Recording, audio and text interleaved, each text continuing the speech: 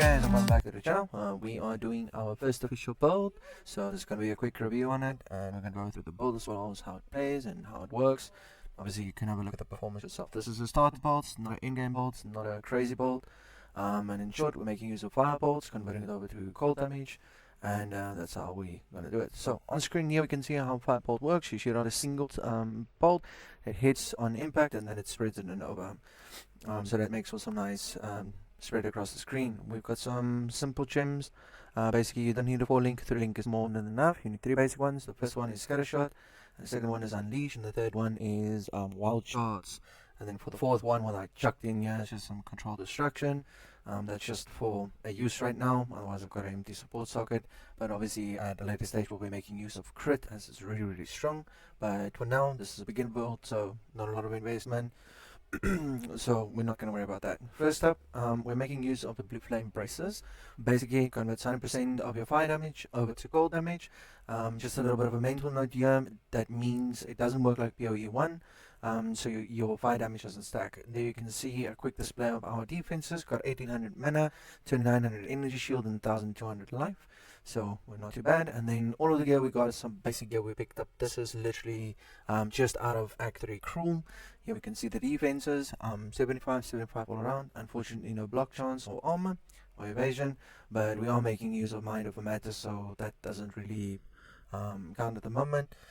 So just one thing to note, Mind Over Matter is a bitch because of the fact that it destroys your mana regen, and it's going to be really difficult to get all of that regen back. A couple of ways how we can fix that, but just so that you know, you are going to be struggling with it.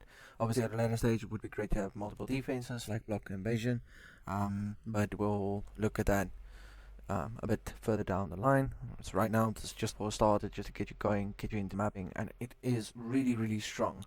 Obviously a more popular contender right now is Spark, but with that being said, Spark doesn't really, it's really ruthless. It's either destroying the enemies or getting you destroyed.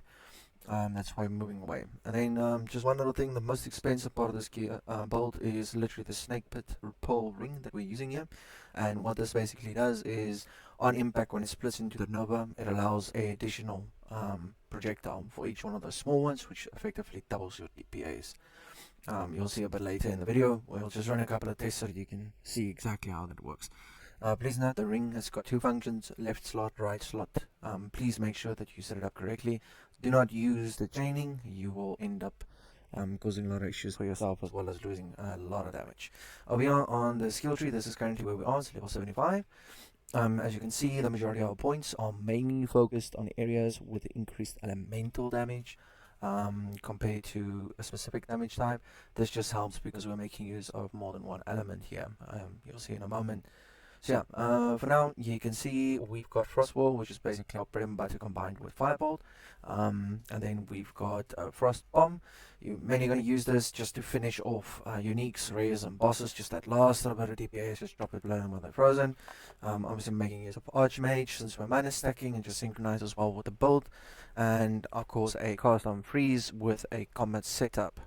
So yeah, back at the tree, if you want to know how you are going to spread it out, so you're going to obviously start at the lower end, first grab the left side of the tree, and then go to the right, then go straight up, sorry, grab those defenses, and then obviously come to the left, just grab additional defenses and some exposure. Exposure is really strong.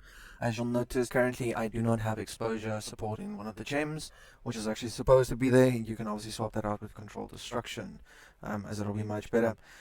Mainly these nodes that we are focusing on is all for mana regen, additionally with the patient barrier. Please make use of this node compared to the node just a little bit down to the right where the mana nodes are.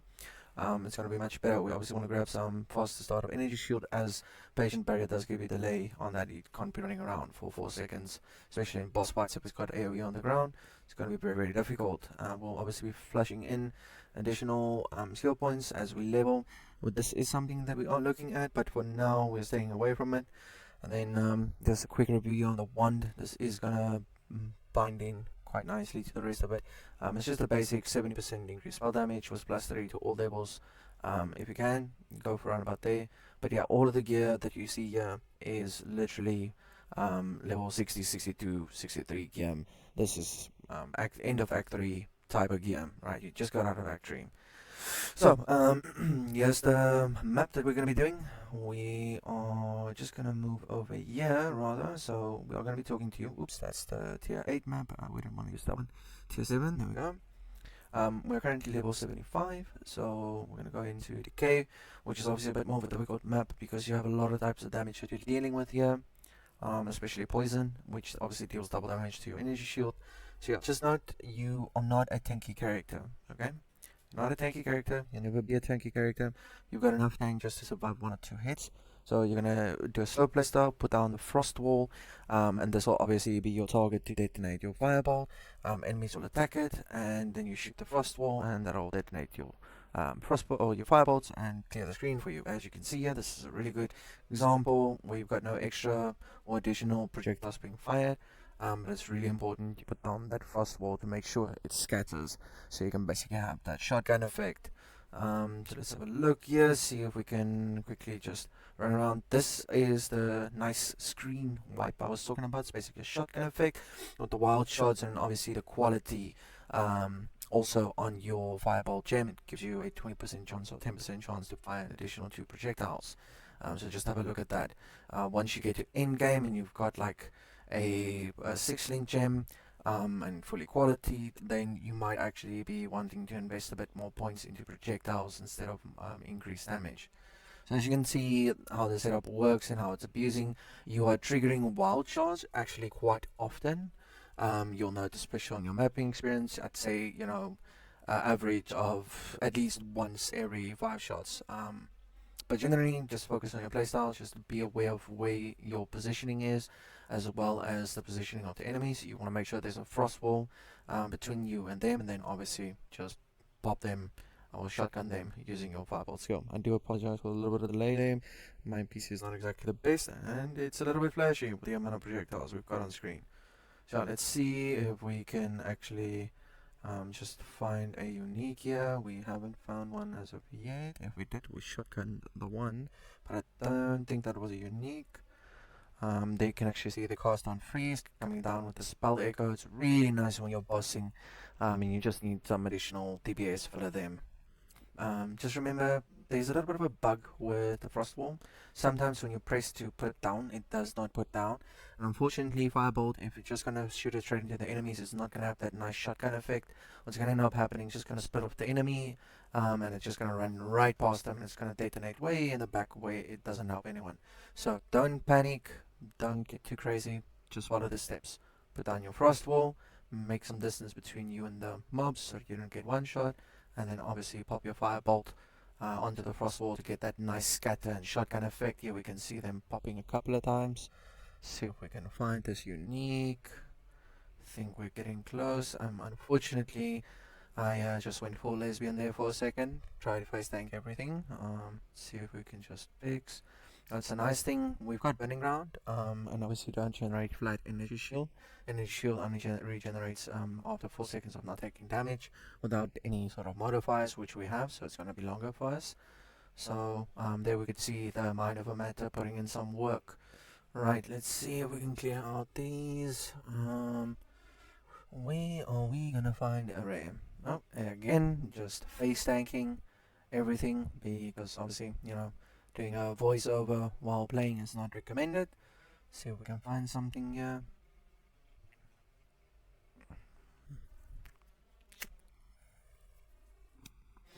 Okay, I think we are just gonna quickly shotgun everything here and just clear out this area.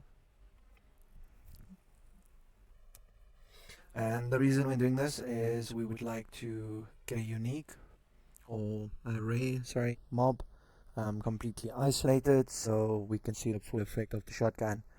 Look, you don't have any PS on this, so obviously if there is a mob between you and the main target, it's obviously gonna shotgun whatever is first or in its way. Right, whoops, almost got myself murdered there again. Again, running around with energy shield, completely relying upon my Mind Over Matter to keep me safe here. See if I can just quickly find a spot. There we go. Start regening. Okay, now we can move forward. No, that's not a unique mob. See if we can find one. I think I see one down here. If you don't know, on the map, there we go. There's the unique. If you don't know on the map, you will, as you can see, just to the right of the screen, it might be a little bit difficult. You see that little yellow skull? That's where we want to be. Okay, let's see if we can make our way through this maze without getting killed. Still haven't regained energy shield, so we're still going off whatever's left from the previous fight. Making some good use of the dodge roll mechanics here. Again, just using Frost Wall and Firebolt with the stacked Unleash. Just to quickly shotgun the screen. Here you can see how little to no effect that has on a small pack of people without the Frost Wall. Again, you put the Frost Wall down and the projectiles start flying and you start one-shotting. Whoops. Got myself stuck there in a corner. Well done. Almost murdered myself. That's great. I'm doing a build review. So of course what you want to do is play in such a manner that you end up dying, because that's great for your review. Yeah, getting poisoned because again, face tanking everything. Okay, I really need to move my ass out of this corner. Don't know what I was thinking there. It's probably the problem. I think it was a lack thereof. Let's quickly shotgun these out. Okay, it's a couple of more. It's so difficult to see where everything is. This okay? I don't know why all the projectiles just ignored this guy here. There you can see the first hit went through. Okay, there we go. Got a nice little shotgun effect there. Yeah, there we go. That's a nice clean wipe. See if we can murder this hag. No, it's not sure what they're called. Okay, no, the unique is still there. It's isolated and alone. Okay, here it comes. Right, there you can see full health. Okay, there's the energy shield. It's gone. That's 2 shots. That's 3 shots. 4 shots and done. So, if we have a look at the map modifiers here, it took about 4 shots, maybe 5 if I missed one, to clear out that unique there. And obviously, as you know, uniques are far more dangerous than the boss itself, which is kind of ironic at the moment. And we've got a 40% elemental resistance. We are not exposing at the moment, really. I think Frostbomb's got a innate exposure that it applies, but we did not use it there. So that's the type of DPS you can expect with plus 42 elemental resistances. So yeah, I think that's a pretty good negative modifier just to showcase. And we don't have penetration yet because we're only level 75, and we've been basically just stacking defenses mostly. We're only now starting to get into our final damage. Let's quickly just clear out the rest here. Might be good for us. Yeah, I think let's quickly just clear out all of these mobs, and then what we do is we're gonna quickly head over here to the top. I think there was a nice little area where we can quickly remove some of the support gems and just give you an idea and a feel of how the build interacts and what it's doing. So let's quickly do this. Okay, let's find the rest of the people, see if we can get it to another more than 50 modifier. At least it's really important, especially with mapping. Just a side note here, please take your time, clear the maps. Those waystones drop from all types of mobs, usually the white mobs, so it does actually drop with the uniques as well, but if you got some rarity, then you're going to see less of those drops from them. You're going to see it more from the white mobs in general. It's been my experience, but it's chance, so your experience might be very different. However, the point still remains, take your time, clear the map. Oof, and that's a lovely trigger that we just had there. You can see the build in its full glory. And like I said, if you there again, it triggered all, just did all those extra projectiles. You'll notice that you trigger the wild shots like quite often. I think it might be an interaction between Unleashed and the quality of the gem as well, I guess, because we're getting way more than 20% chance here. So let's have a look here. Okay, all the monsters are dead. So we're going to do a quick look here on how this interacts. Okay, so just a quick side note here. If you need some additional damage and you're struggling, these Shape of Storms is what we want to take. And we're currently filling out the top left side of the nodes. And you can again, just a quick reference on how tanky we are with our energy shield. All the bases are energy shield based. We're not using any sort of armor energy crossover. Just focus on all of it. Just get as much energy shield as you can. Here you can see the gear is low level. It's nothing end game. In fact, I wouldn't even call this really mapping gear except for the wand. The wand is okay, but what you just basically need to focus on here is the increased spell damage and then +2 level of all spell skill gems. That's what you want. Obviously, the maximum mana, if you can, push that into the gear wherever you can, and then a little bit of gain mana or whatever on the wand would be great per enemy killed. Right here, so we're just gonna go back here. As you can see, we are currently focusing on this is one of the nodes that you want to grab, because you do shock and lightning, and we are focusing on ailments. So as long as you shock somebody recently, you get 30% increased ailment damage, and all the surrounding nodes are for increased elemental damage. And then up top here, we are using our mana, which synchronizes with Mind Over Matter as well as the Archmage.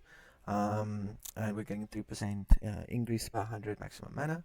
So we've got a 40, almost 50% additional spell damage there, which works out quite nicely. And then obviously, since we are stacking intelligence for the mana, we'll be eventually at the end of the higher end, when you get to level 80-90, you'll be taking pure power just to stack some additional lightning damage. It's really gonna take the build to the next level, so you can really get to that one-shotting stage. Just a little bit of a side note again, please remember the conversion does not work the same as it does with PoE 1, so it doesn't first take the fire damage and then converts that damage on hit. It converts it from base level. Right, so you can see the majority of our nodes that we are focusing on are increased elemental damage, like I said. It's just here and there we're taking specialized nodes. Obviously at the later stage we do want to be dropping the gloves. And there you can see you gain additional fire damage, but this is one of the things you really want to take, because you gain 25% of your cold damage and extra fire damage. So that would be nice, but what makes this build strong, and what is the final thing, we can get it right now, which will basically almost triple it, is Heavy Frost. Heavy Frost is amazing because the moment you freeze the enemies, you completely ignore all non-negative elemental resistance, so anything above 0, but if it's got negative resistance, it still takes it into calculation, which is fantastic. Now, this is not